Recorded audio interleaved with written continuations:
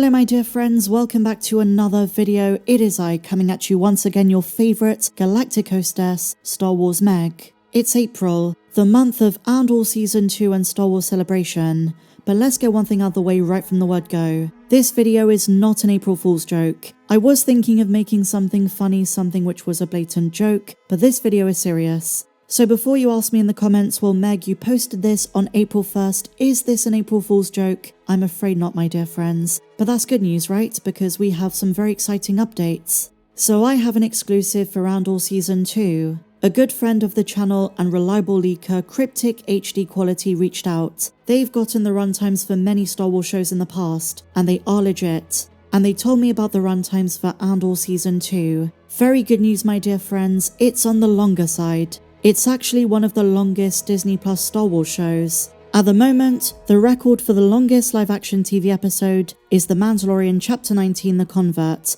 56 minutes in length. Whoa. Both the Book of Boba Fett and Ahsoka had episodes that came very close. But there is an episode in Andor Season 2 that is about to shatter that record, but not by much. For reference and comparison, the longest episode of The Mandalorian Season 1 was 42 minutes. For the second season, 46. Season 3 was 56, Ahsoka 54, The Acolyte 48, The Book of Boba Fett 53, Kenobi 44, and Andor Season 1 47, the shortest being 29. Well, for the final season, Cryptic says this: the shortest episode is 42 minutes, with the longest being nearly an hour at 58, said to have around 2 to 3 minutes of credits. That's amazing.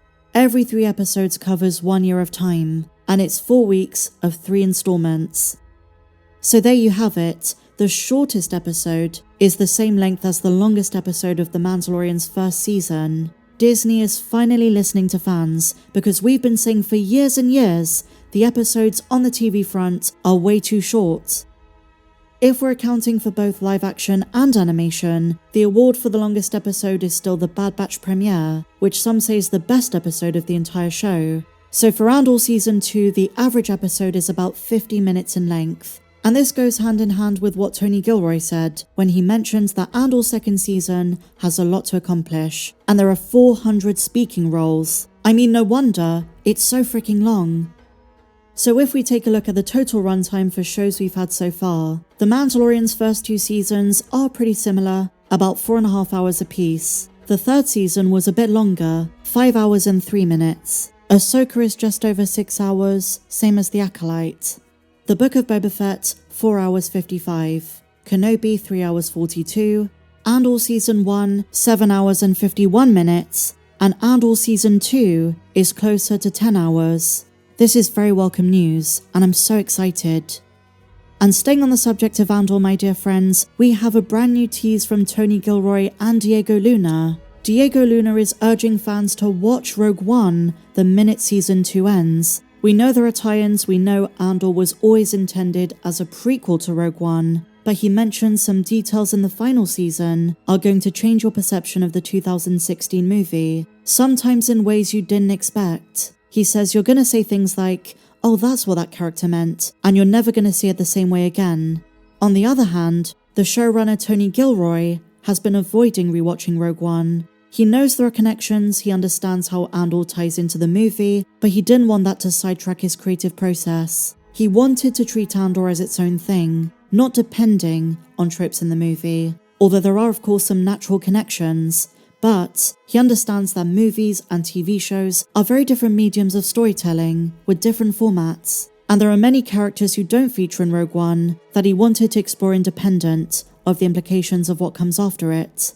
And I don't know if you know this, my dear friends, but Tony Gilroy kind of alludes to the fact Tarkin is in it. He spoke about the CG process for Rogue One and almost talks as if for Andor they took a different approach. Without specifically mentioning Tarkin, he almost confirms he is in the show. And could you imagine if that's who Dedra is talking to before she has this panic attack? She might be being force choked, but if it's not Vader, it might just be out of anxiety. I can imagine this scene following a big scorning from someone very high up. Probably Krennic, but what if it's Tarkin? In other Andor updates, and oh boy are they coming thick and fast, the Season 2 premiere sneak peek event is in London on the evening of April 10th, my birthday. It's a private Disney event. I'm not saying I'm going or anything, but it's going to feature much of the cast: Diego Luna, Stellan Skarsgård, Genevieve O'Reilly, Denise Gough, Carl Sola, Adria Arjona, Faye Marzay, and Ben Mendelsohn. I doubt we'll hear anything from that, but the cast might answer some questions. I think the biggest Andor preview is going to be at Star Wars Celebration, mere days before the show drops. I'm so glad April is finally here, guys, because the Star Wars hype train can start again. I know it's a weird time for Star Wars fans and the way we're feeling about the franchise, but it's good to have something to look forward to, and it's something that isn't just doom and gloom. In other Star Wars news, my dear friends, John Boyega once again is talking about his experience working on Star Wars, but this time, he isn't calling out Disney. He's calling out the Star Wars fandom. And as you can imagine, this sparked a tremendous amount of controversy and debate in online fan spaces, with some wondering if these comments mean he isn't going to be in the upcoming Rey movie or the Simon Kinberg trilogy. According to John Boyega, Star Wars fans cannot accept diversity in the franchise, and he says it's an elitist space where actors like him are reduced to playing the best friend. But he thinks a lot of Star Wars fans could not handle if someone like Finn became the hero. And this is where a lot of Star Wars fans disagreed with him, because many of us, myself included, wanted to see Finn as a hero. We wanted the Stormtrooper to Jedi journey. We were hoping he was going to play a much bigger role. He shouldn't be saying this to the fans. He should be saying this to Kathleen Kennedy, or Lucasfilm, or Disney. Ask them why Rian Johnson and J.J. Abrams reduced the character of Finn to a side character, when from the first teaser trailer for The Force Awakens, we assumed he was being set up as a former Stormtrooper who, yes, defects and joins the Resistance, but also becomes a Jedi. And don't get me wrong, there were some disgusting comments after that first teaser dropped. I remember it. Some really ignorant comments. But those vocal people were a minority. They weren't what most Star Wars fans were thinking. Many of us wanted more Finn. He should be saying this to Kathleen Kennedy. Why didn't you give me a bigger role? And then he says this: you can always tell it's something when some Star Wars fans try to say, well, we had Lando Calrissian and Samuel L. Jackson. It's like telling me how many cookie chips are in the cookie dough. It's like, they're scattered in there, bro. They're okay with us playing the best friend, but once we touch their heroes, once we lead, it's like, oh my god, it's a bit too much. They're pandering.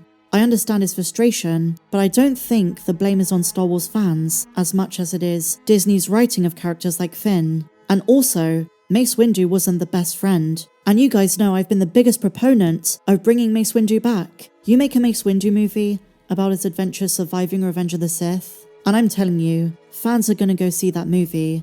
And also Lando is probably one of the coolest characters from the original trilogy, and he's getting his own movie soon. Also, we're told, hopefully. I understand what John Boyega is saying, but this is a frustration he should take up with Lucasfilm. I would argue one of the reasons fans don't like the sequels is because of the way characters like Finn were sidelined. I do hope we see Finn again.